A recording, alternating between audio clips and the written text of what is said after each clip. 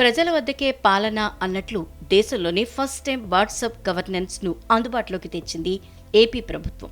పౌర సేవలను మరింత సులభతరం చేస్తూ 161 రకాల సేవలను వాట్సాప్ ద్వారా ప్రభుత్వం అందిస్తోంది. ఈ సేవలను ప్రారంభించారు మంత్రి లోకేష్. వాట్సాప్ గవర్నెన్స్ కోసం ఏపీ ప్రభుత్వం ఒక నెంబర్ని ప్రకటించింది. ఆ వాట్సాప్ అకౌంట్కు వెరిఫైడ్ ట్యాగ్ కూడా ఉంటుంది. ఆ నెంబర్ ద్వారా వాట్సాప్ ఖాతాను ఉపయోగించి పౌర సేవలు పొందే అవకాశం కల్పించనున్నారు.